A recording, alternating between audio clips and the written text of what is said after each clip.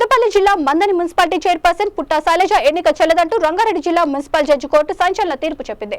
ఎన్నికల అఫిడవిట్లో తప్పుడు వివరాలు నమోదు చేసిందంటూ కోర్టును ఆశ్రయించారు.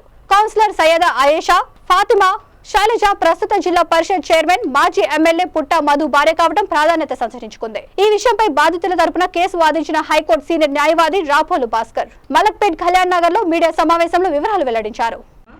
మున్సిపల్ కౌన్సిల్ నుంచి మంథని మున్సిపల్ కౌన్సిల్ నుంచి పోటీ చేశాను ఇండిపెండెంట్గా.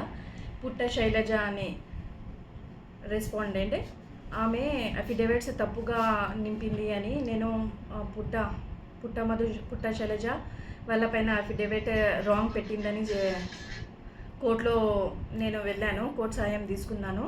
అక్కడి నుంచి డిస్ట్రిక్ట్ కరీంనగర్ నుంచి మళ్ళీ హైదరాబాద్కి ట్రాన్స్ఫర్ అయ్యి రంగారెడ్డి డిస్ట్రిక్ట్కి కోర్టు ట్రాన్స్ఫర్ అయ్యారు. సో న్యాయం గెలిచింది. ఎప్పటికైనా కింది స్థాయి వాళ్ళని కించపరిచి స్థాయికి ఎదిగితే ఎప్పుడు న్యాయం ఇలాంటి న్యాయం చేస్తుందని నేను దేవుణ్ణి ధన్యవాదాలు తెలుపుతున్నాను.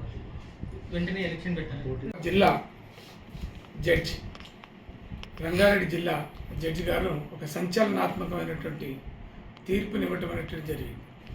అదేంటంటే పెద్దపల్లి జిల్లా మంథని మండలం మంథనికి సంబంధించినటువంటి మున్సిపల్ చైర్మన్గా పనిచేస్తున్నటువంటి ఒక శైలజ అనేటటువంటి ఒక లేడీ, ఆమె నామినేషన్ వేసేటటువంటి సమయాల్లో తనకు ఉండబడినటువంటి ఆస్తులు అప్పులు అన్నింటినీ కూడా చెప్పలేదని, ఎన్నికల అఫిడవిట్లో తప్పులు చూపించిందని, ఆమె యొక్క ఆస్తులు కానీ మిగతా ముఖ్యమైనటువంటి కొన్ని పేపర్కి సంబంధించినటువంటి పత్రిక వివరాలను కూడా చెప్పలేదని, ఆమె యొక్క ఎన్నిక చెల్లదని, ఆమెతో పాటు పోటీ చేయబడినటువంటి ఒక సయ్యద్ ఆయేషా అనేటటువంటి మా క్లయింట్ ఆమె ఎన్నిక చెల్లదంటూ ఒక ఎలక్షన్ పిటిషన్ని వేయటం అనేటువంటి జరిగింది.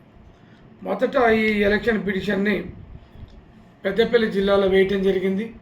కానీ ఏంటంటే ఆమె భర్త పుట్ట శైలజ భర్త మధుకర్ అనేటటువంటి వ్యక్తి, పుట్ట మధు అనేటటువంటి వ్యక్తి పెద్దపల్లి జిల్లా పరిషత్ చైర్మన్గా పనిచేయటం, ఆయన అడ్వకేట్ దంపతుల యొక్క హత్య కేసులలో నిందితుడిగా ఉండనేటటువంటిది ఒక పెద్ద ఎత్తున ప్రచారం జరగటం.